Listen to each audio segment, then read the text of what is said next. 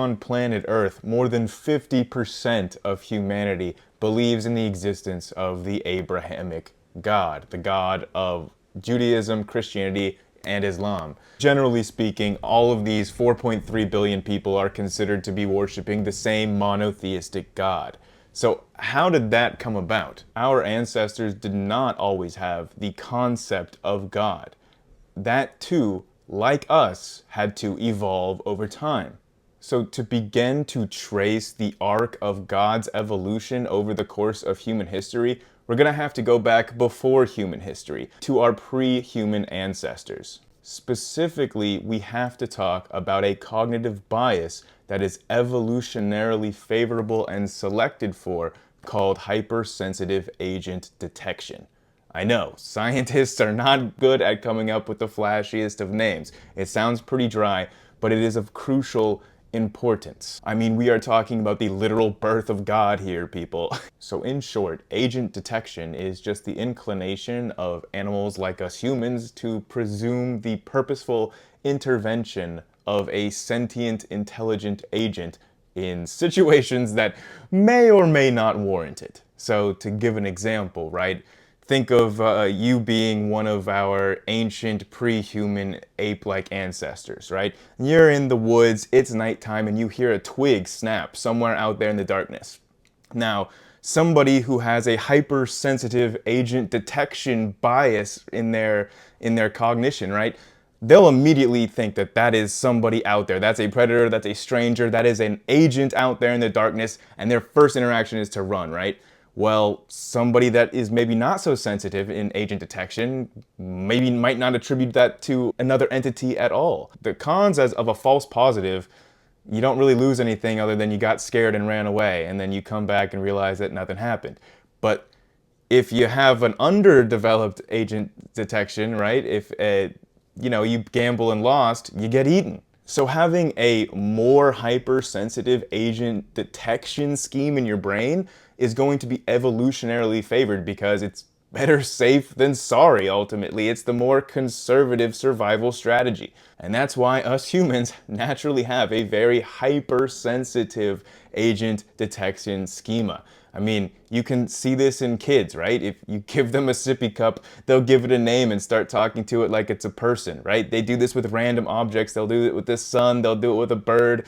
Any old thing, they'll start attributing agency to it. Now, when Homo sapiens develop and we become hunter-gatherers in small social bands, it becomes advantageous for us to have a shared story, a shared identity. And to that end, cultural knowledge begins to grow generationally as it's passed on from one to the other. So this sort of hypersensitive agent detection begins to snowball until you have something like animism.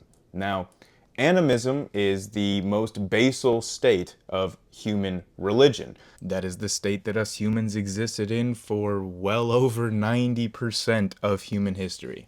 For this video specifically, I will be relying heavily on Hunter-Gatherers and the Origin of Religion by Hervey C. Peoples, Pavel Duda, and Frank Marlowe. Now, animism is not considered to be a true religion with gods, right?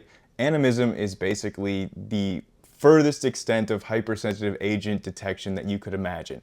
Every single stream, every tree, every river, every mountain, everything has a spirit.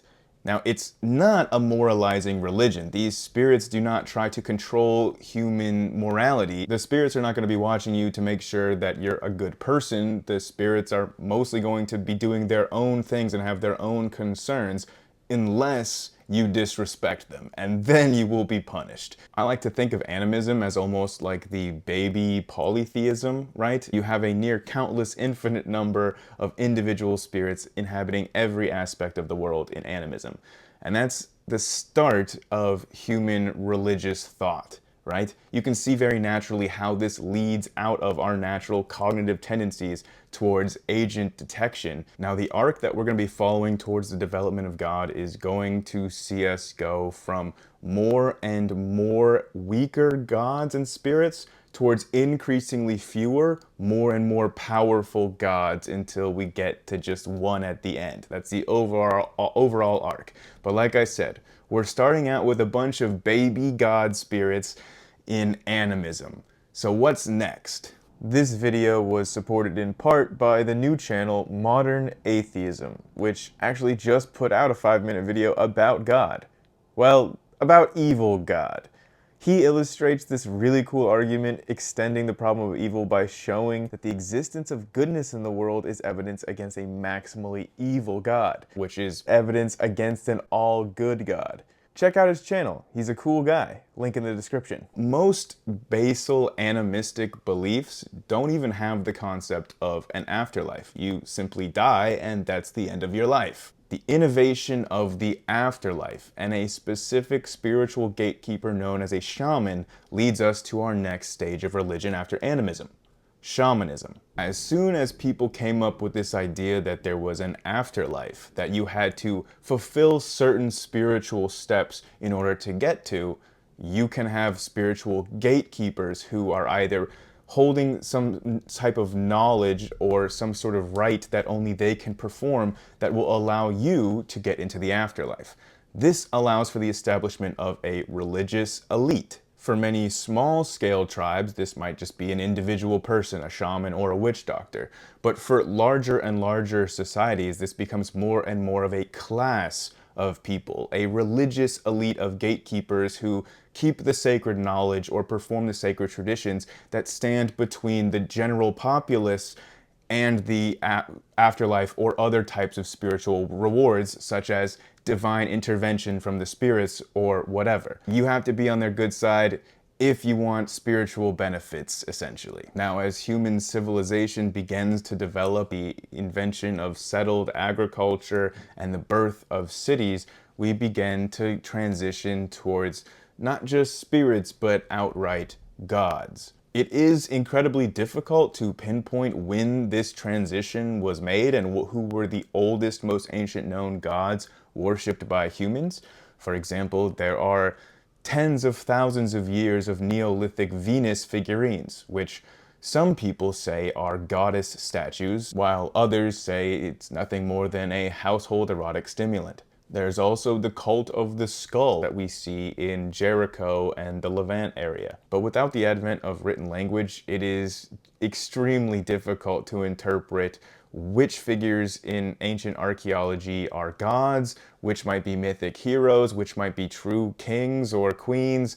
It's incredibly hard to decipher if we don't have a text. So the earliest gods that we have attestations to in the written record are in Mesopotamia and Egypt, and these are going to be two huge spheres of influence that feed into the creation of the God we know today. Remember how in animism, every single mountain and stream and valley had its own spirit associated with it?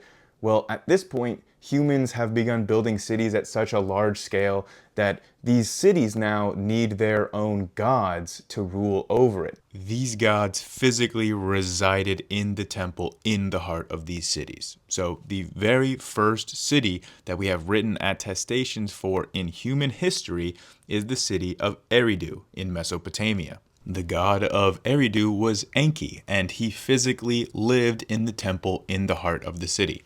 But other rival cities sprang up all over southern Mesopotamia, including one, Uruk, which would eclipse them all and grow to be the largest city of that region in that era. And the god in Inanna temple in Uruk was actually a goddess, Inanna, the goddess of love and beauty and warfare. Inanna lived there. She was bathed every day by her attendants. She was fed. She received wine. She liked the smell of incense. She was continually offered gifts. She was treated as if she was a real living thing in the middle of the temple. And in fact, the entire government of the city was intertwined with the temple as well. And Inanna was the head of the government. That's right, the invention of government in the very first city in the world was literally a church equals state government. The head of the government was the head priest of Inanna, but it was likely viewed by the populace that Inanna was the real one in charge. And I mean, if you have the kind of conception where you believe that these gods are real, It's hard to think of a better argument about who you would rather pay your taxes to better than a god, right? Like, I mean, if you have to pay taxes to somebody, would you rather pay it to a human institution, or would you rather give your taxes directly to Inanna? I mean, who's more likely to know better what to do with your money, right? So essentially, in the written record, the very earliest point in time where we start to see gods is the first time that we're also seeing things like government, state, taxes, bureaucracy, all of that. They are interconnected and intertwined in this initial birthing stage. And Inanna was already incredibly powerful. I mean, she is the goddess of love, sex, and fertility, but also of just war and killing and bloodshed. I mean, she's always seen with these epic assortments of armor and weapons. We also get a lot of influence from her in the Bible, for example, like Eve eating the fruit of the tree of knowledge. Well, Inanna, initially in the stories, the mythologies, he didn't know about all of this sexual knowledge, and she had to go and search of a fruit of a tree of knowledge to which she ate, and that's how she became a goddess of sex and learned all of her sexual know-how. So we can see this directly reflected in the Bible stories. Inanna also had a special sacred tree that she kept in her garden that was infested by an evil serpent who, quote, knew no charm. Remind you of anyone? The serpent in the Garden of Eden is especially strange as well, considering that there is no conception of the devil in Judaism. So Inanna was the top dog in Uruk for like almost 1,000 years, from 4,000 BC almost to 3,000 BC. But over time, you have the rise of kingship, this initial structure of power with the temple and the church equals the state, would give way to the rise of the Lugal, the first secular kings. And I only say that they were secular in that they were also not the head of the temple like before. No longer would Inanna reign supreme. We would then see almost exclusively for the rest of human history after this point, the heads of pantheons were the kings of the gods. Now that humans have kings, now our gods would have kings as well. Think of Zeus or Odin or Marduk or El in Canaan. And Canaan is really the centerpiece for the rest of this story, because Canaan is where the God of Abraham will emerge out of in the Iron Age. Canaan is an area of land roughly between Egypt and Turkey in the Levant, with an extremely long, deep, and rich history, stretching all the way back before recorded times and deeply into this milieu that we have been discussing, where each city has its own god. This is the kind of religious background of polytheism that we see in the Canaan region all throughout the early Bronze Age, especially reaching zeniths with things like the Ebla kingdom, a powerful Canaanite kingdom in the north in the early Bronze Age. However, by the late Bronze Age, other powers had grown to eclipse the kingdoms of Canaan. You had the Hittites in Anatolia to the north, the Mitanni, Assyrians, and Babylonians to the east, and the Egyptians to the south. So during the late Bronze Age, the region of Canaan was largely under the influence of these far greater powers. And we see this influence in its religious development. For example, Mesopotamian mythological elements become added into the Bible, such as the flood of Noah, which was originally the flood of Atrahasis in Akkadian.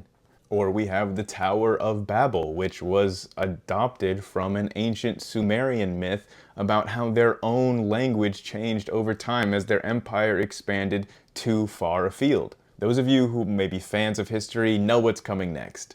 Boom come the Sea People and collapse the entire Bronze Age Mediterranean world. The Hittites collapse and the Egyptians are barely holding on to their own borders. So the Canaanite people are freshly free. So let's check in with what their Canaanite religion was like at the time of the late Bronze Age collapse. The Canaanites, like we said, were polytheistic with a head male god at the top of this pantheon. This was El, E-L, which is basically just the Canaanite word for God. There's El, and the plural is Elohim, which you might recognize. Now, if you've ever been curious about why today God is often depicted as an old bearded guy with a robe, that's the Canaanite god El. That is how El was depicted, as the head of the Canaanite pantheon was an old bearded man. This is the god that would eventually form the base for the God of Abraham today.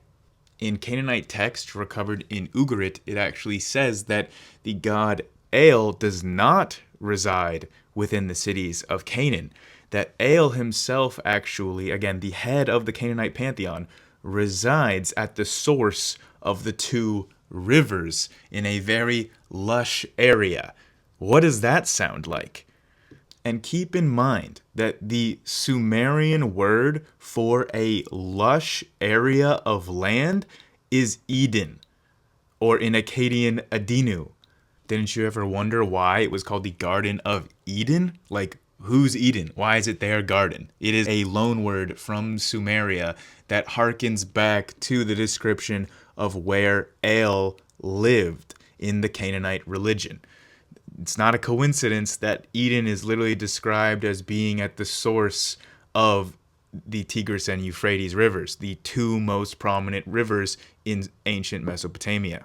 So to proceed further and talk about the development of Hebrew culture, we have to talk about oppositional identity cultural development. And this is when your own culture begins to develop in opposition with your neighbors. The group of Canaanites that interest us the most in particular is a collection of kins groups of herdsmen in the Central Hills area of Israel, fairly rural and isolated compared to the more metropolitan regions and larger cities.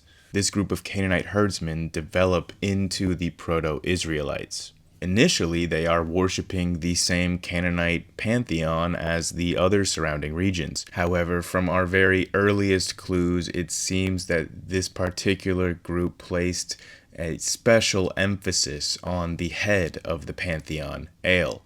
Now, these early Proto-Hebrews began to start putting more and more emphasis on specifically El, right? They don't want to worship Baal, they don't want to worship Yam, they want to worship El and his wife Asherah. So most of their earliest temples, we see a place for God, El, and his wife Asherah. We still see the remnants of this worship of God's wife in the Bible, where it refers to the stick of Asherah, which is an instrument associated with this goddess. There are numerous places in the ancient Canaanite texts which refer to an assembly of the sons of El.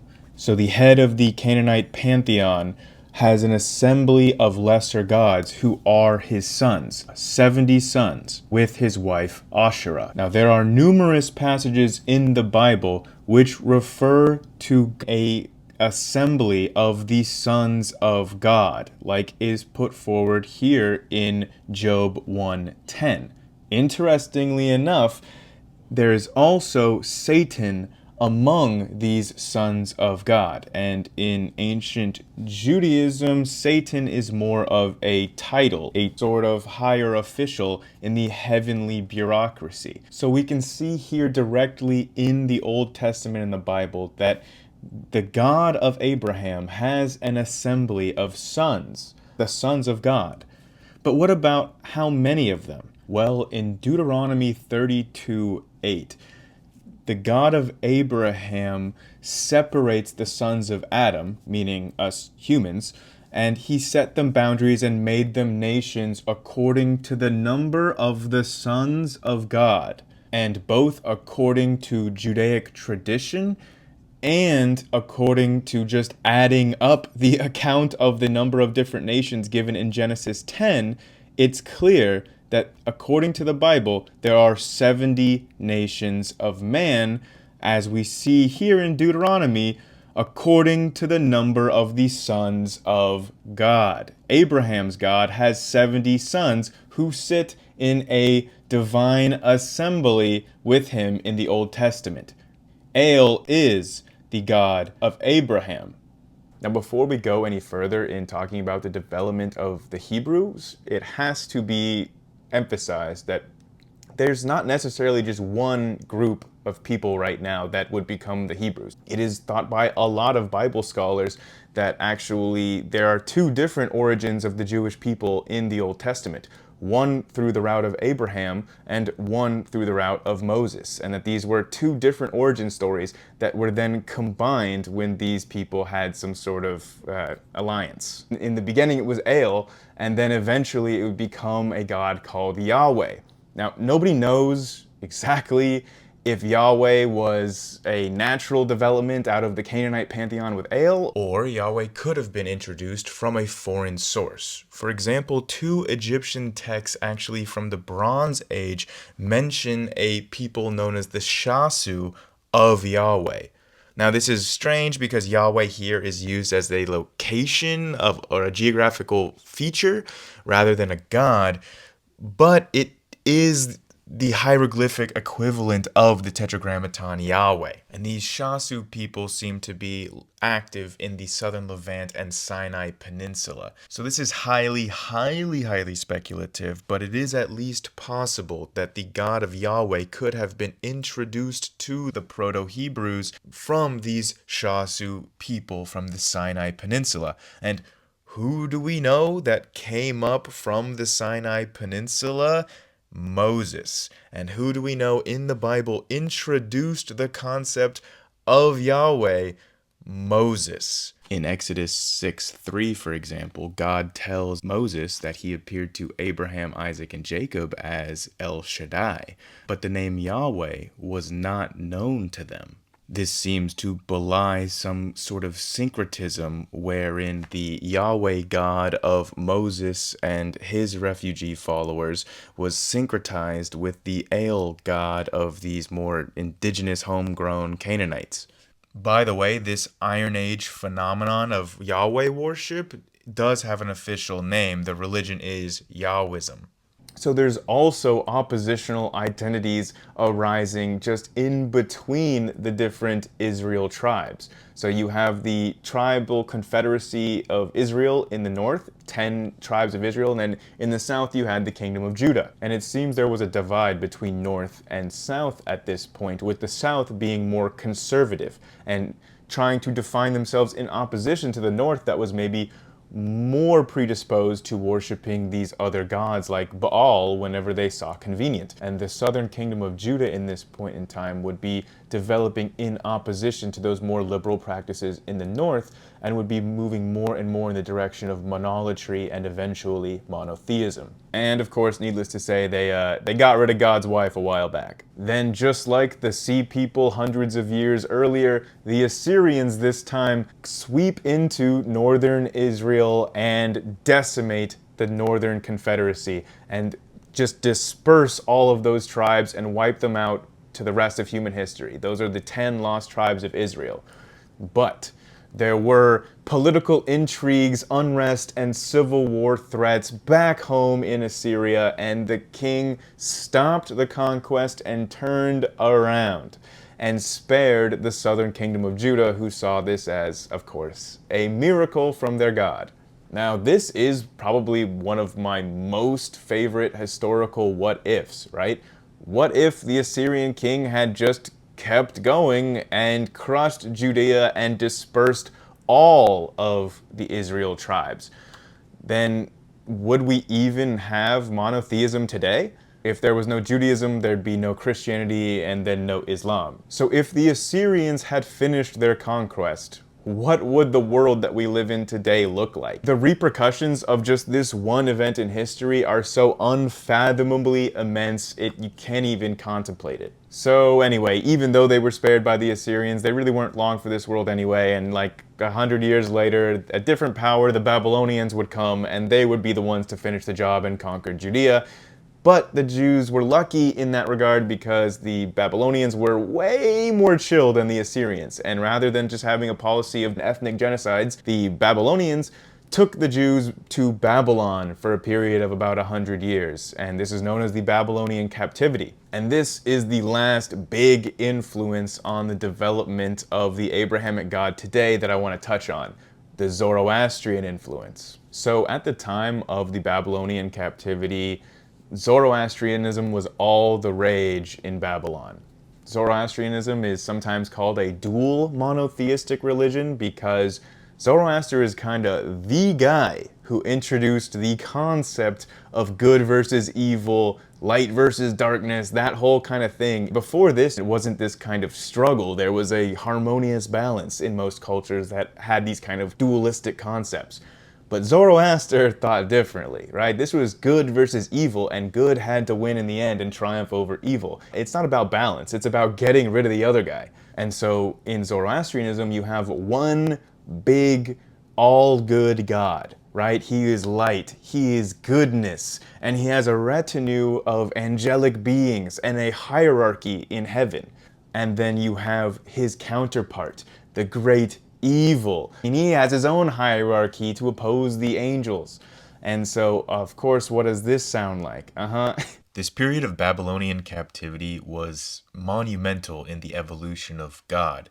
Remember how we said earlier stages, God actually physically resided in the temple? Well, with the destruction of the temple, they could no longer give God food and wine and things. So your concept of God has to change accordingly. And God became omnipresent, basically, because his home was physically destroyed by the Babylonians. It's during this 100 years of Babylonian captivity that many of the Mesopotamian cultural ideas find their way into the Hebrew mythology.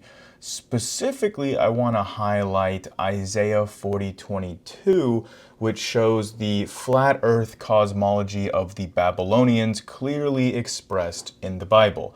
It says, God sits enthroned upon the circle of the earth. Some translations say sphere or ball now, but that is not correct. The word is circle, not sphere. And its people are like grasshoppers. God stretches out the heavens like a canopy or a curtain, the Hebrew word means, and spreads them out like a tent to live in. Now, this does not sound like it's describing a spherical earth. If you've ever seen a tent, they all have a flat floor. And then you spread the canopy of the tent over top, much like the idea of the firmament as the dome over the flat earth. This is the biblical cosmology that is borrowed directly from the Mesopotamian conception of the world as a flat earth with a domed firmament. After 100 years in Babylonian exile, the Jews are returned to their homeland by one of the coolest guys in all of history, Cyrus the Great.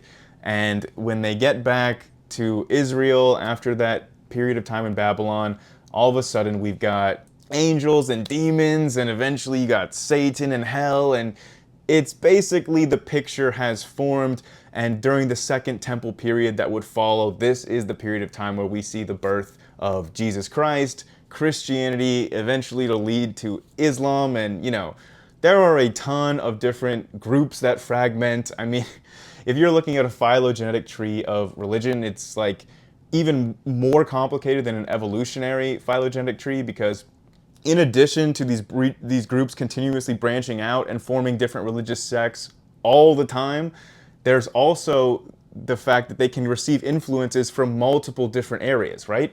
In the development of God here, we talked about how he's getting Canaanite background in with this Mesopotamian influence, in with Egyptian influence, and finally with that Zoroastrianism little layering on top, right? There's all kinds of diverse influences that feed into the evolution of these concepts.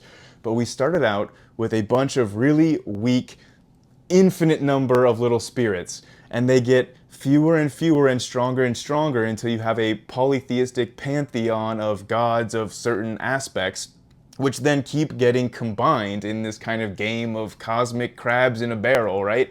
And only the strongest god wins and comes out on top. So they keep adding more and more powers to the god of their choice. I genuinely don't understand how someone can know about the history and development of our species, and specifically our religious history of development and the course of change that our understanding of gods and God have gone through over history. I don't know how anyone can understand that and still believe that it's real. Like, you really think that there were just billions of years of development and millions of years of vertebrate evolution, all the way up to the cultural sophistication of human societies to the point where we can finally develop some sort of notion of gods, and you think that they just, oh, they got it right.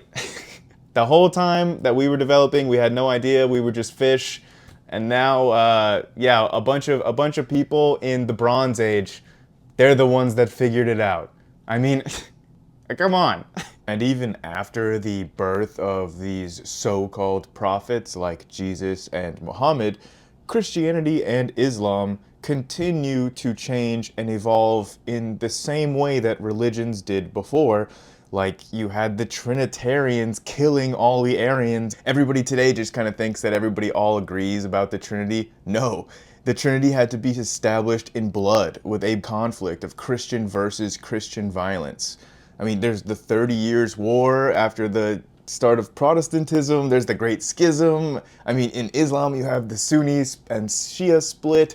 Scientific knowledge is provisional on new empirical data based on an objective reality.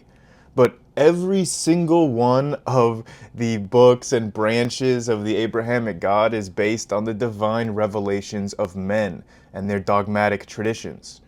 And we're just supposed to take their word for it on faith, even though the nature of the supposedly objective God in these various revelations is continually changing throughout history as cultures develop and evolve over time. And for the majority of believers, they think that the group that they were born into just so happens is the one in the world who worships the actual true God. Just use your brain, think rationally. How can you understand the arc of human history and still believe in this shit?